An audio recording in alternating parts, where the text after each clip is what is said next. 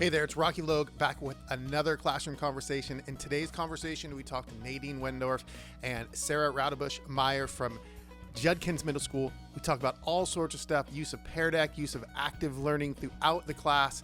And we also talk about the master versus the counter narrative in social studies. So let's get started. Swimming every day away, every summer. My dad will come home and say, how was your day? That I played my day away. Okay, let's go. Let's do the thing. Let's get started. All right. So I'd like to welcome today, we got Sara and Nadine from Judkins Middle School in Pismo Beach, California. I'm going to let them introduce themselves a little bit more. So go ahead. I'm gonna go Zoom stuff. I'm Nadine Wendorff. Just like Rocky said, I teach social studies at Judkins Middle School. I actually teach 7th grade world history as well as 8th grade US history. And I teach math intervention, so that's great. My favorite thing ever is coaching soccer, but obviously that's not happening this year. So that's mildly disappointing, but we're powering through. It should be happening. They just approved soccer being able to really? start, tell you the truth. So. Oh my gosh. There's literally that are about to be so excited.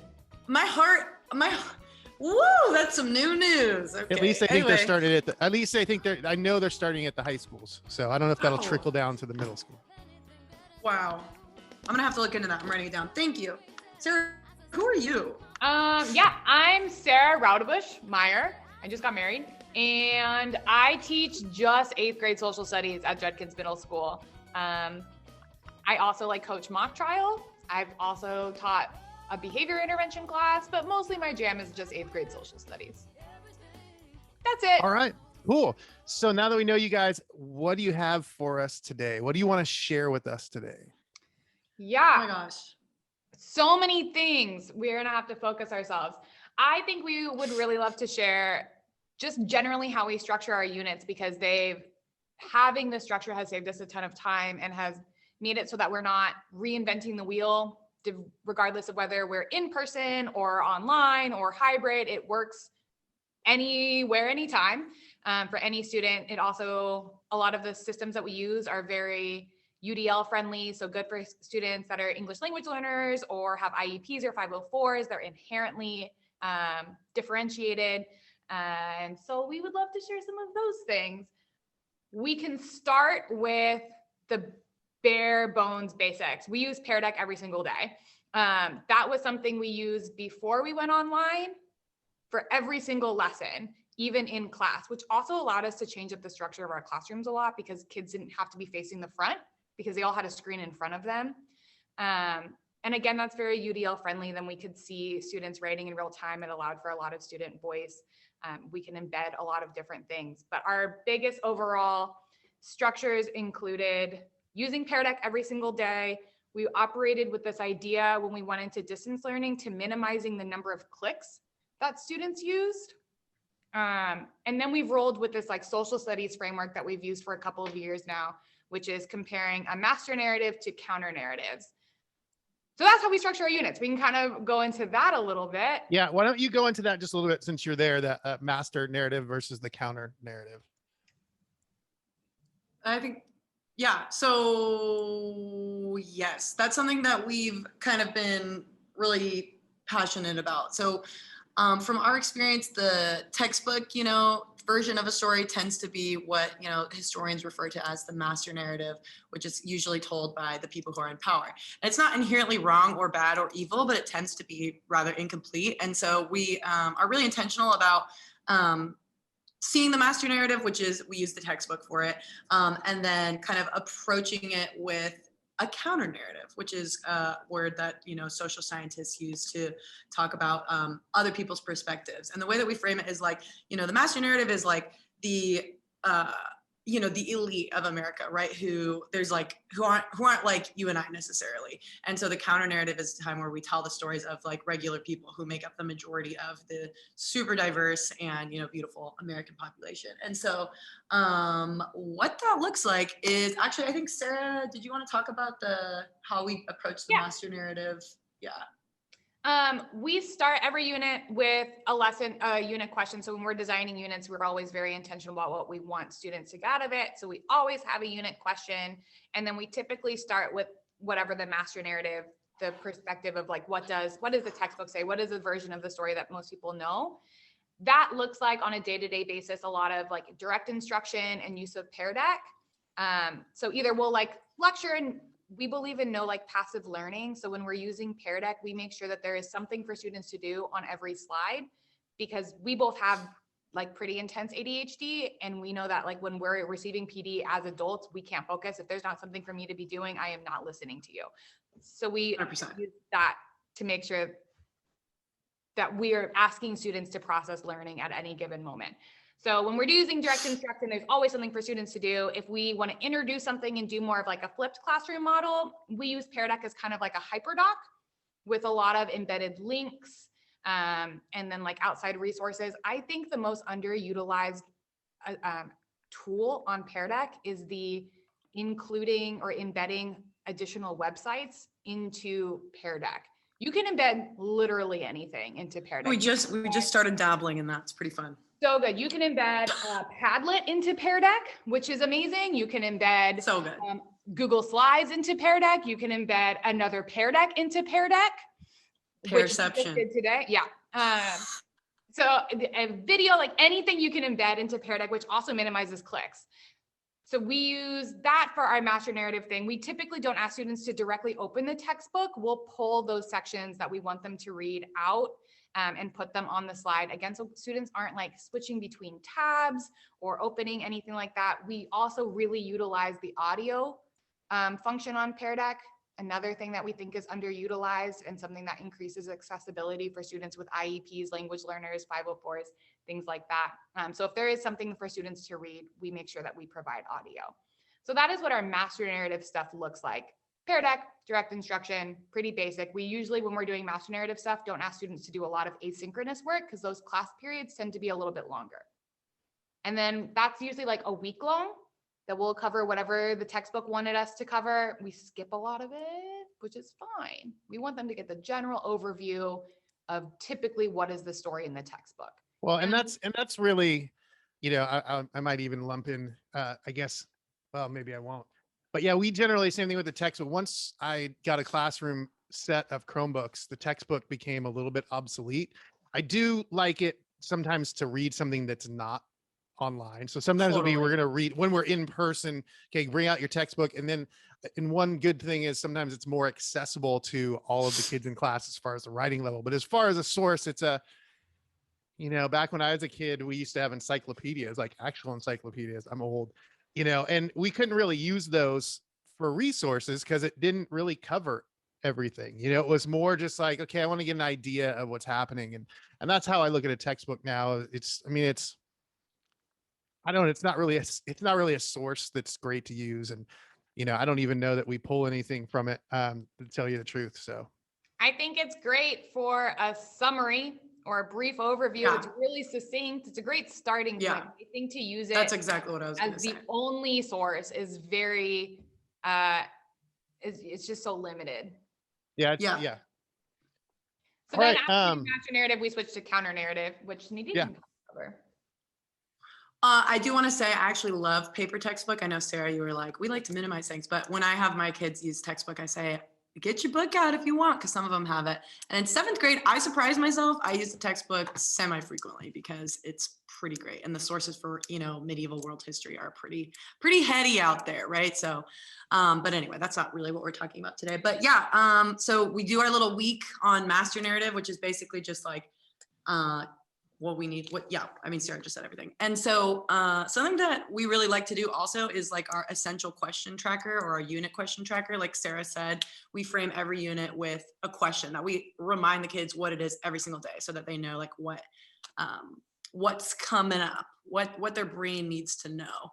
And so the unit question is made up of a bunch of lesson questions. And so after the master narrative, they go to their little unit question tracker, which is usually in their paper ISN, but now we have Google Slides, which is not as awesome, but perhaps we're investing in a possible paperless framework for the future, you know, by trying to figure it out this year. But so after the master narrative, they answer the lesson questions that were connected to the master narrative. And then it's counter narrative time, which we always talk about is like more the story of us, the regular people. And it's just like a more complete, beautiful, what I wrote down just now is it kind of comes alive. It makes history come alive. Because the textbook, no one reads a textbook and it's like, yes, I'm so inspired. I love this. You know what I mean? So, so usually our counter narrative, like for example, we're studying westward expansion. Our master narrative we looked at was why did the United States expand and how? And then our counter narrative questions are, well, what were the impacts of westward expansion on Native Americans is one lesson question. And the next is people of Mexico, and then the third is the Chinese immigrants. And so we use a secondary source. Should I say what it is? Sure.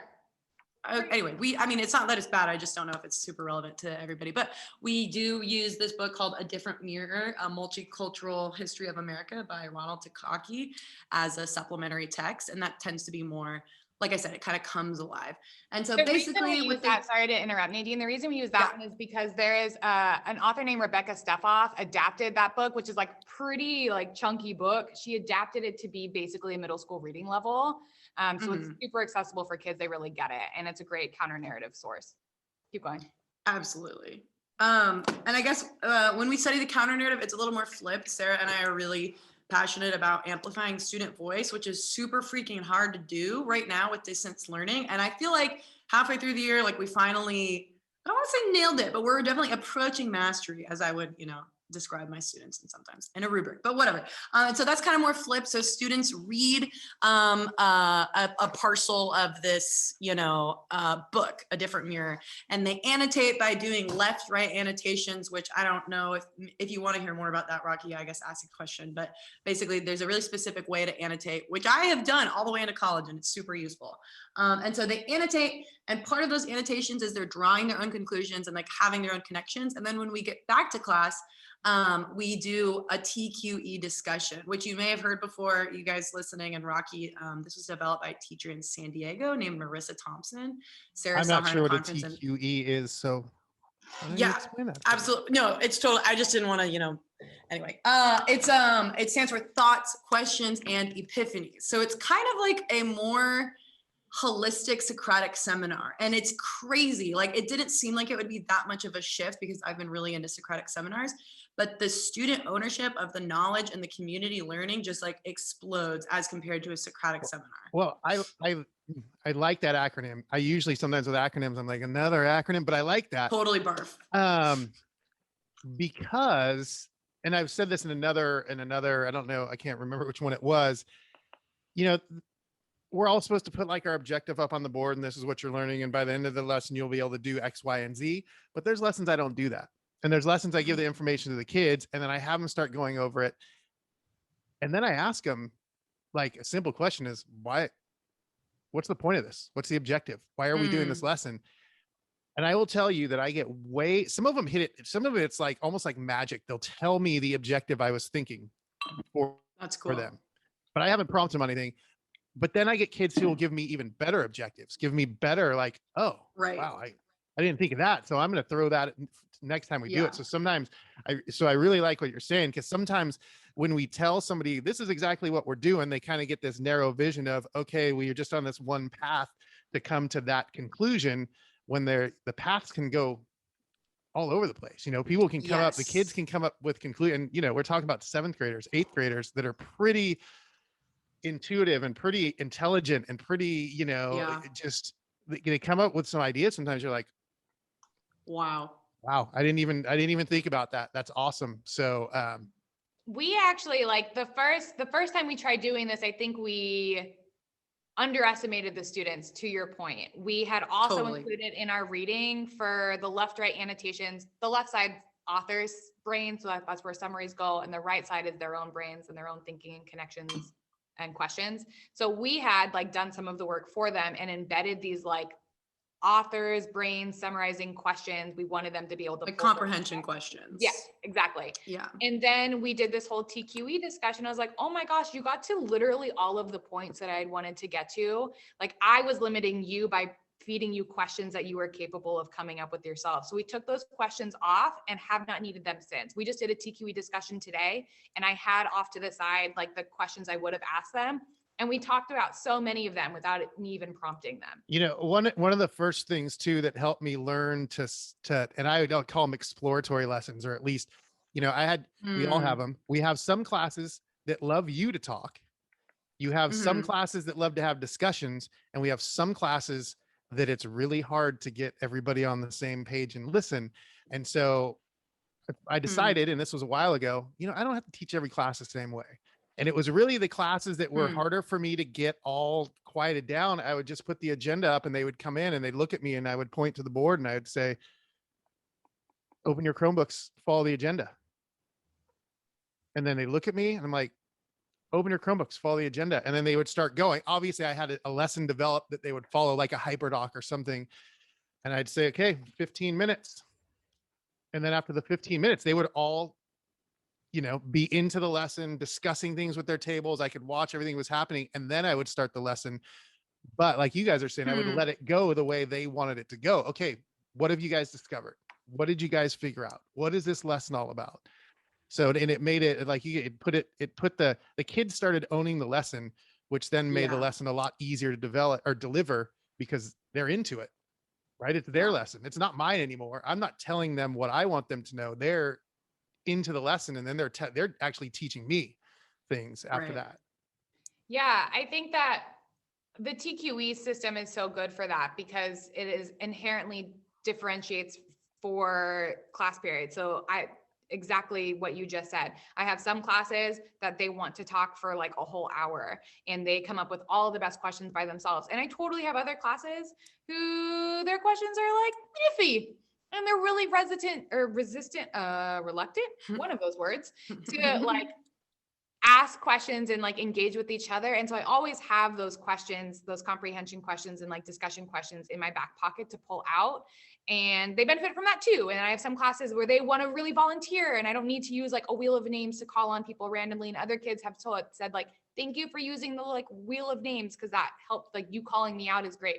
So I agree. Just having all these little That's a good idea for each class is, and just having like a pulse on your class period and what they prefer, I think is really, really important, especially for distance learning. Otherwise you're just going to get frustrated when it doesn't go the same in every period. Like you today. But you have the flexibility. Need flexibility. Yeah, that's a must. So how do you guys, I'm gonna steer this a little bit because it's just, I don't know, there's something that popped up in my head because I know that you guys make really relevant lessons and really culturally responsive lessons. How do you guys design those? How do you, keep your lessons, your history lessons from being history lessons? How do you keep those history lessons, current lessons? How do you connect them to today? What are some techniques that you guys do? I love that question. I have something to say. Go ahead. Right away. Okay. Well, I would say, and we haven't, I would say just first of all, I'd like to admit that we haven't had as much success doing that this year. Not because we're ever really saying things that I would consider inappropriate in class, but I think that what you're asking about, like having relevant real world connections, especially when, we teach US history, it's like very inherent, very connected to, everything painful happening today, such as like all the protests, like the election drama, harm to various marginalized communities, like that's very much rooted in US history, but it's also incredibly divisive. So I would say that we've had a bit more of a challenging time doing what I'm about to explain this year, but because we're literally on speakerphone, like in everyone's homes, and a kid could just like sign off if something gets uncomfortable. But what we did do last year is we frame every single unit with a current event in the beginning. And then we ask ourselves, like, how did we get here? And then the last day of the unit is answering that question. How did we get here to the current event that this unit is based in? So for example, since we're talking about westward expansion, the current event that we centered the unit around is twofold. Is one, what is life like for Native Americans today, right, on reservations and whatnot? And then two, what is the conflict at the US-Mexican border? And then westward expansion, observes the way Native Americans were treated and how they were, pushed off land. And it also observes how, just disputed the border was between the United States and Mexico, and the consequent like treatment of people on both sides from that point on. So that's what we used to do. I don't know, Sarah, if something popped in your head about what we're doing now. The first thing that came to mind was our right side annotations and the TQEs, if you want to talk about that. But yeah, I think that was this is definitely how we get to that there. Also, like, so what we called that last year was, we called it like a perennial issue. It was very much modeled after a phenomenon. If you are familiar with the way that the new science standards work, science is using what's called a phenomenon, where they start with a phenomenon in nature and then they learn the science behind it. So I had observed that in a science class. Like, we could totally do this in social studies, and it's phenomenal. Highly recommend starting a social studies unit with the current event that you can then track the history of. We also like have half the amount of instructional time this year. So that was one of the things where we already knew that the history that we were going to discuss is going to hit people differently. And we need to be mindful of the way that we were approaching that during especially this election year. And so we were choosing the hills we wanted to die on. And we're like, we're not going to give up the history, but we can slide in current events in a way that is a little bit more new, like covert, as opposed to overt. So TQEs is the way that we talk about those today. The kids bring them up naturally, and then it's also very student-led and student-driven.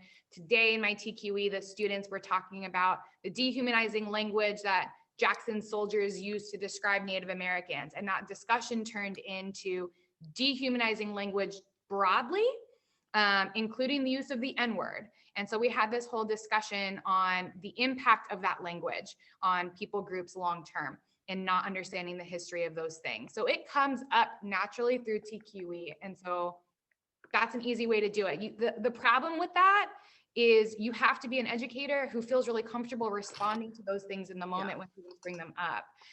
Luckily, Nadine and I, because we've done these current events in past years, are expecting them. We kind of know the things that kids are going to bring up during certain units and know how we would respond to them. And we have a lot of discussion norms in place that help kids understand how to engage in controversy with civility. Yeah, for sure. I used to teach U.S. history, and my partner teacher and I developed a written assignment. It was way back when, and it was one of those relevant things. It's even relevant today, but it was, how did Indian removal affect the way that we view Native Americans today, specifically in the use of imagery and names of sporting teams?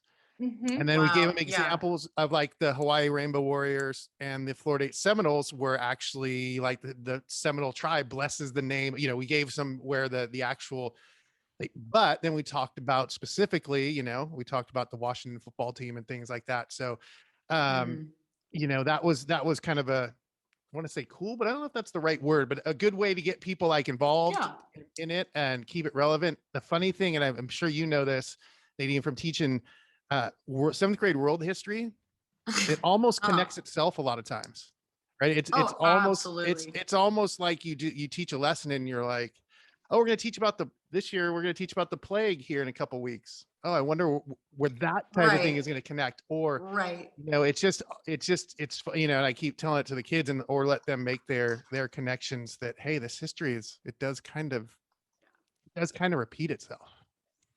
I had a really strong example of that today in world history. I know since Sarah's here, we should talk more about U.S. history, but this is worth noting.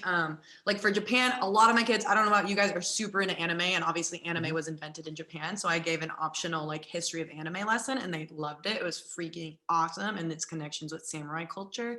That was like one of my best assignments ever, as far as kids being excited. And then just today, I had this discussion that was like unexpectedly so fruitful. So you know how China, because of their geography and then also their politics, they practice a lot of isolationism. And so my warm-up question for them was like, you've been isolated this past year. How is that impacting you, good or bad? And like, I just had like essays typed of kids like, this is my experience. This is why isolation's bad. It's super hard, blah, blah, blah. It was absolutely powerful. And then my next question was, okay, do you think countries should isolate?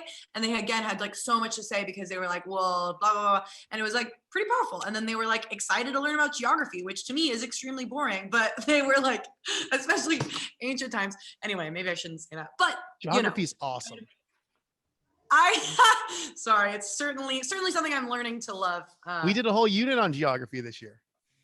I know, and I want to hear so much more about that. I'm really interested to hear about your thematic year in US world history. So rad. It's going as good as it can go, I think, for doing it in the times that, for tearing up our old lessons and starting fresh in a year like this. Yes. Why not? Kind of great.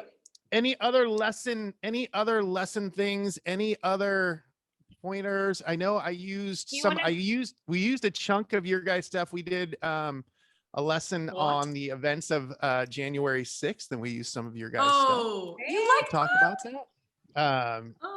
Cameron adapted it, which is great. These are why we're doing these, to share lessons with people. That way, if somebody has a good idea, it doesn't matter what school you're at, doesn't matter what district you're in, doesn't matter what country you're in. If you have a good lesson, it's worth sharing with other people. We should be collaborating, and we'll get you links that maybe you could put in the notes for this. It'd be awesome. If you guys have any sample lessons, that would be great. And again, even if they're, I found too that you can take language arts lessons and adapt them to history. You can take history lessons and 100%. adapt them to science. Sometimes you can take science lessons like Sarah just said, and you can use some of those principles and adapt them to, whatever else you want to adapt them to. Our favorite thing right now, like our biggest tip in terms of, especially during a pandemic where expectations are a little bit lower and outcomes are less, like getting kids to write right now is really difficult because they just don't do it.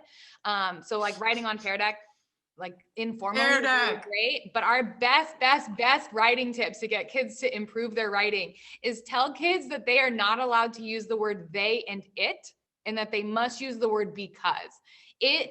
Insane how much better their answer is. So what I do is on Pear Deck, when we want them to type out an answer, like a short response answer, I let them type for like 2 minutes. And then I say, all right, now go check. Did you include the word they or it? And I sometimes control F it. I'm like, there are 16 theys in all of our answers. One of them yours. And then they have to replace it with whatever it is referring to help them include more specificity in their language, because they write so vague. And then we always when we ask questions to students, we're always like, do you think this? Why or why not?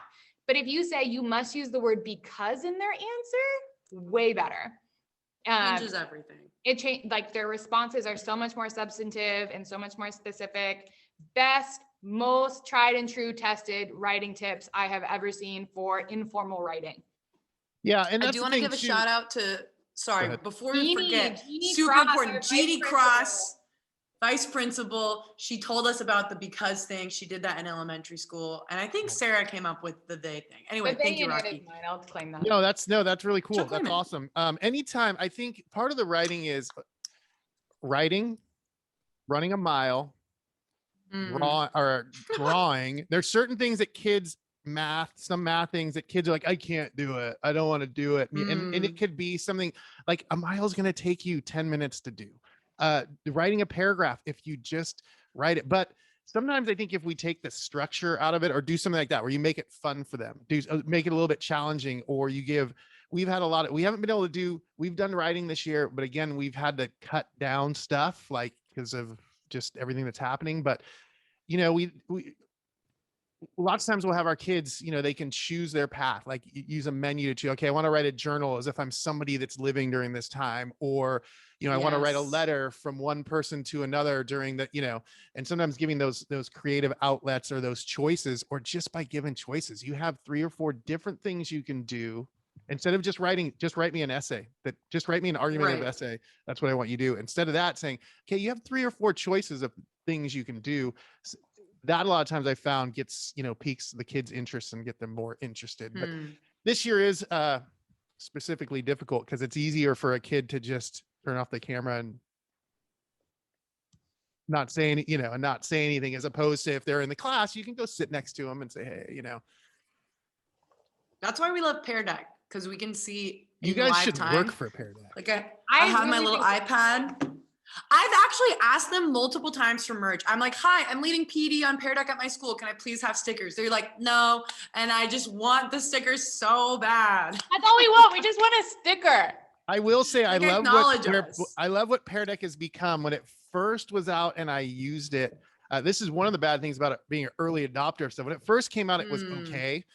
And then they're like, well, you can import your Google Slides into Pear Deck, and it would mess the nice Google Slides I made up. But now it's trash. Now I think it works. It works great. Do you guys have any videos that you've made on how you use Pear Deck, or a video of how I think we need to make one anyway. Or tutorials or anything? We could do that. Well, we just, like I said, led a PD last week, and we had a lot of people either looking for intro to Pear Deck or like Pear Deck advanced. And I think that, and Sarah, I don't even know if I've said this, but I put it in my to-do list that you and I need to make like videos, because we were, for people to have, because we were going to do a boot camp. That would be awesome. That's hard. I could put them up on the website. People could check them out.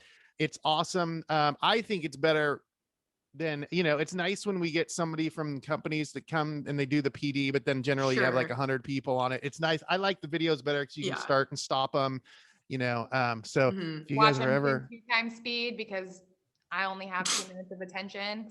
Yeah. Yes. All right. Is there anything else that you guys want to share? Yes, I have another resource that I recommend for people. There is this book. I don't even know what you're going to say. Website, right now. I know, but you do. There's this book that has been actually really influential. We really try to make sure that all of our strategies are research-based. We use a lot of Avid strategies. But then we also love this researcher. What are you going to say? I'm getting there. It's called like, there's like this book, it's called like 5 Power Tools or something like that. The researcher's name is Pooja K. Argawal. But one of the biggest things, and we do a lot of the things that they recommended, but the number one thing is that we changed our walk-in work to be you change it. Sorry, you change your what?